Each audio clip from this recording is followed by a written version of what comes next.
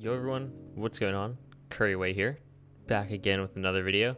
Today I wanted to show you all my new 1.16 PB, which is a 17-minute 58-second time that I got around a week ago.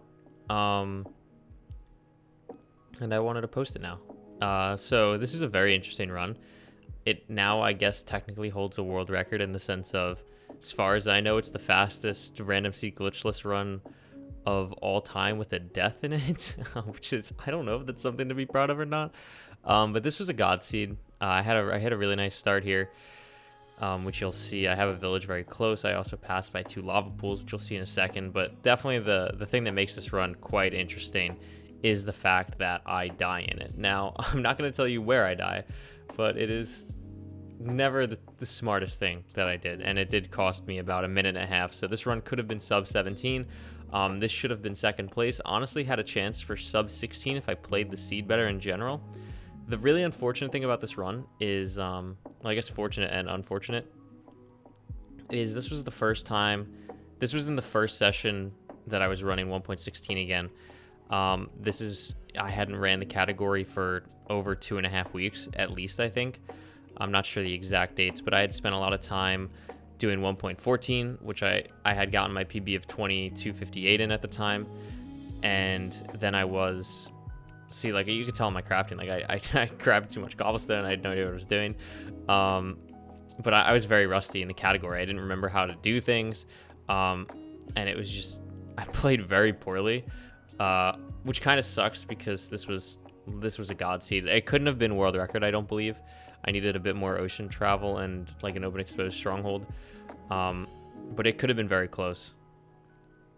So we'll see that, but definitely wish I could have this back. It is kind of insane to me though that I was able to PB. This is only 70 worlds after my other sub 20 run, my 19-minute 28-second run. It only took 70 worlds and a total time of 3 hours between the 2 PBs, which is like mind-blowing, honestly, to me. I think that's like, to me, that is more impressive than the world record run that I got a couple days ago. Getting 2 runs like this on 1.16 is super awesome. This puts me in the same category as Dimiax as far as I'm recording this. Of me and him are the only 2 people with 2 sub 20 runs, so that is really cool. But yeah, this should have been faster. But nothing too crazy so far. I've been talking about a lot about just kind of the run as a whole and not really what's happening, but pretty basic stuff here, getting the boat, crafting buckets, all that stuff.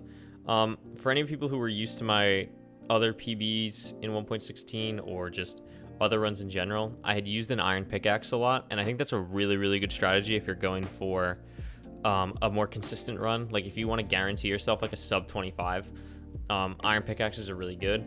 I think they're even good for sub 20 a lot of the time. But when I started doing 1.16 again, which I'm doing again now, but this was like a week ago now. This is the only time I ran it until like yesterday. So I love the category though. But anyway, when you're going for a world record like I was trying to do here, and now that I'm trying to do now, you don't have time to do these, mine iron and get the iron pick, do a cod trade, get the iron pick. You gotta go. Like, you have to play perfectly and really rely on luck now. And I haven't seen a lot of streamers doing that, to be honest. Like, I feel like a lot of people are still playing so safe when the category is so based on luck and so based on just like you cannot, there's no room for error with the current world record. I mean, there's very little, like it's beatable, but not with the same strategies of like, if you don't see a fortress within like the first 20 seconds, like you need to reset, like period. Like I see people, now like walking around the nether for like 2 minutes, and it's like, what are you doing? Like, reset the world. Like honestly, I was about to reset this world. Like I wanted to just check over a hill, and I was going to reset, and thankfully over that hill was a fortress, which we'll see in a second. But yeah, it was like I think that's the thing that I think a lot of people need to kind of change. If you're going for world record, if you're saying you're going for world record, you have to mean it. You have to really go for it, in the sense of like you cannot like I said, there's no margin for error, and I end up going the wrong way here, which is really unfortunate. I waste a lot of time. I end up going this way. Oh no, this is actually the way to the fortress. So yeah, I wanted to check over this hill before I did anything.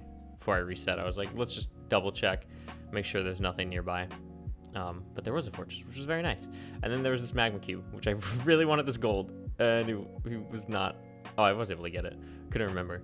So I wanted to go up here originally, and I missed the jump. Not where I die, but then I saw the fortress. So I'm like, all right, well that's cool. I waste some time here doing boat enderman thing, which is not worth it.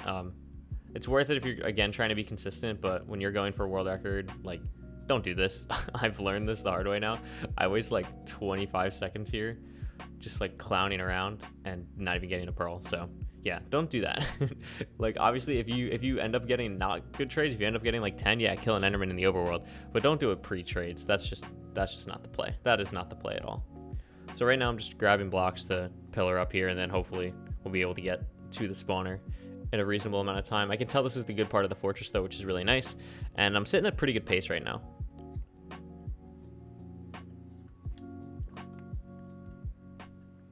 Like 6 minutes getting a blaze spawner is pretty solid. Hold on, I'm gonna cough.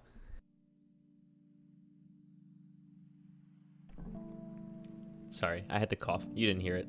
I'm very good at professionalism. So I get to my blaze spawner at like 6:10, which is not bad at all. Not like the fastest time in the world. Like honestly, you'd like to be here sub 5 in like a perfect world, but anything like sub 7 is like really good. So doing the mining thing. I've seen a lot of people now do something called like blaze betting. I don't know how I feel about it. Like I haven't tried it myself. Personally, I don't think it's just something that I'm really interested in doing. If like, I think it's a cool kind of strategy, but I'd rather get the blocks and like do something while I'm sitting at the blaze spawner. You know, because 9 times out of 10 you're not able to trade while you're sitting at the blaze spawner. It's very, very rare that you actually can. So I'd rather just mine the blocks, get the blocks, and you know, organize my inventory rather than like just betting and then sitting there doing nothing. Like it makes me feel like I'm at least doing something, you know. But anyway, I'm 3 for 3 right now on blaze rod drops. If you guys saw my world record video, which I'm assuming you did, I talked about this run a little bit in the sense of I go perfect here with blaze rods, which is kind of insane. My blaze rod luck in like my last 3 runs that I've uploaded on this channel is 7 for 7, 14 for 14, 22 for 24, which is like ungodly. But then again, you know, that's only the 3 like best runs that I've ever had in my life. So it's not bad that the blaze rod luck is insane in those runs. So I see a piglin over here, which is really good. I wanted to go this way because crimson, but I was able to get one before the crimson, which was really nice. So I had 9 gold, and I was like, you know what? Let's see if we can get it. And spoiler alert, I do, which is really nice. This is actually the first ender pearl trades that I got of the day. Like I was 3 hours into the session at this point, and this was the first trades that I got that were not like from a bastion. So that was really nice. I had like 2 other runs that could have been good, but I traded like 30 gold and didn't get a single pearl drop. I saw this bozo and I was like, no. I hate the baby piglins because I'm so scared like they're gonna dupe the gold or whatever, like whatever that thing is. I see him drop pearls, so I'm like, okay, that's cool.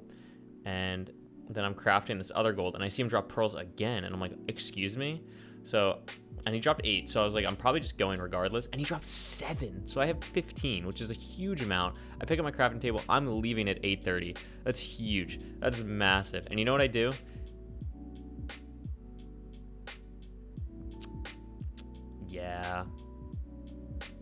Yeah, that's how I die. And now this run gets wonky. So I haven't watched this back yet because I've been embarrassed about it, and I did have blocks in my inventory. I thought for some reason I didn't have blocks in my hotbar, but I did. There was nothing stopping me from just placing 1 block and getting across there. But no, for some reason I decided to do that. But thankfully my portal was nearby. It didn't kill the run. And the only kind of very not fun thing is the one thing that burned in this was my water bucket. So I am now going on a completely bucketless run. So that's fun. And yeah, you'll see the rest of the run now. But that was that's the death. That is how I died in this run. And it wasted a good like minute And like I said, this could have very, very easily been sub 17 if I, don't die there very easily. So I'm leaving. Still really good pace, obviously, out of the nether, sub 10. I didn't have that many beds, so I'd make a bed on the way, or make a bed out of the string that I got, organize my inventory prior to doing anything, just so I kind of know where I'm at. Misclicking everything because, I'm so not used to 1.16. Like, literally had no idea what I was doing. And then the pearl goes like right over the lava. I get so scared, and look at that landing. Oh my goodness, I got so lucky there. It didn't matter because I had so many pearls, but I was like, are you kidding me? I like threw this run so hard. So I'm hoping I can get some type of run with similar-ish luck at some point in the next 1,000 or so I can make up for how pathetically I played this run because I was not paying any attention at all. But again, really solid pace. And I really think, I think if I played this seed perfectly and wasn't so rusty at 1.16, this could have been, I would say, maybe not sub 16, but like a 1610, a 1620. You'll see I absolutely turbo throw this stronghold really poorly. I wish I went in that lava pool in the sense of I wouldn't have had to backtrack, but I also died and it would have been a lot harder to get back if I went to that lava pool. So I guess it's not the worst thing in the world. But now I'm just running, and I know I need sheep because I only have, I think, 4 beds after I made the one with the string. So I know I need wool. I know I need sheep, and I'm hoping to get that. I'm not able to make shears, so I just gotta kill. And I see sheep, so I'm like, cool. Oh, maybe I don't kill sheep. Just kidding. I thought I did in this run. Maybe I did. Honestly, there's a good chance I didn't see those sheep. I just wasn't paying attention. I don't remember. This run was like a week ago. And then after I got this run, I decided I was grinding 1.14 at the time, and I was like, 1.14 is boring. I'm gonna do 1.16 for the rest of the day. Got this run in the 3 hours that I decided to do that, and then went back to 1.14, got the world record 2-3 days ago now, and today, the day I'm recording this, is the same as the first day I'm really running 1.16 again. So will be interesting. And yeah, I guess I just didn't see the sheep before because I didn't kill them, and now I kill these ones, so I guess I just didn't see them. So that's another bed right there. That's 4 wool. So I want realistically 2 more sheep. And I really throw this eye placement. That's where I think I could have saved a lot more time too, because I end up going the complete wrong way, which I tried to do to save myself time on, because I see an ocean coming up.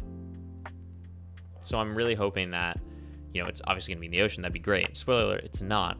And I really throw my eye placement horribly because there's a desert island in the middle here, which you'll see. And I try to go around it, and because I try to go around it the wrong way, it really screws up my triangulation. So you'll see that here. Because I'm pretty sure I throw another eye, right? I have to. If I don't throw another eye here, that was a big throw. But I'm pretty sure I do. Yeah, so I end up going around the right side of the island when it should be the left. And I guess I don't throw an eye. That's really bad. I should have thrown one. Oh, that actually hurts to see. If I threw it, beginner's tip, if you can, as long as you have more than if you have 12 eyes or more, I'd say, I would always throw before you get in an ocean just to double check your angle, because I don't double check my angle here, and I'm going the complete wrong way right now. I try to go around this island. This is all wrong. It actually could have been maybe even faster than I'm thinking. Wow. That hurts a lot. Oh my god. Sorry, I thought I played this a lot better. I played this horribly. This shows kind of, oh man, this is bad. It's bad. But you know what? You live and you learn. And like I said, I was not anywhere prepared for 1.16. You may think well, Curry, these are things you do in 1.14 too. Yeah, but I don't know. Something about 1.16 is just, strongholds in both versions just feel so different to me, and I feel like I have a much better grasp in 1.16, which is kind of weird since how poorly I threw these eyes. But I guess I kind of got used to 1.14 and really threw this. So you can see I throw an eye and it goes that way, and I'm like, what the hell? So I'm thinking it's in the ocean at this point, and it's not. Spoiler alert. And my dolphin also leaves me. That was super great. I could have saved like another. Maybe this could have been sub 16 actually, because I end up throwing another eye. I don't see it underwater, and I think like it has to be here because I didn't think I screwed up my triangulation this bad. So I'm thinking like it has to be right there. And I'm like, what the hell did I do? And this is kind of when I realized, like, wow, I screwed up really bad. So I just get my boat. I'm like, screw this dolphin. Get in the boat, hop over here. I throw like 2 more eyes because I'm just like dumb. This is 15-minute lag hitting. I throw more and it's telling me to go in the jungle. And I'm like, how did I screw this up that poorly? Pick up the eye, and then I just triangulate this because I need to. I shouldn't. Okay, I was gonna say I should not place another piece of gravel. And then I'm like, okay, I know where it is now. So I actually cannot believe how poorly I triangulated this. And this is another minute. Like, this honestly is arguably worse than the death. Like, it was so bad. And this dig down spot is actually really good. This dig down spot is actually almost perfect, I think.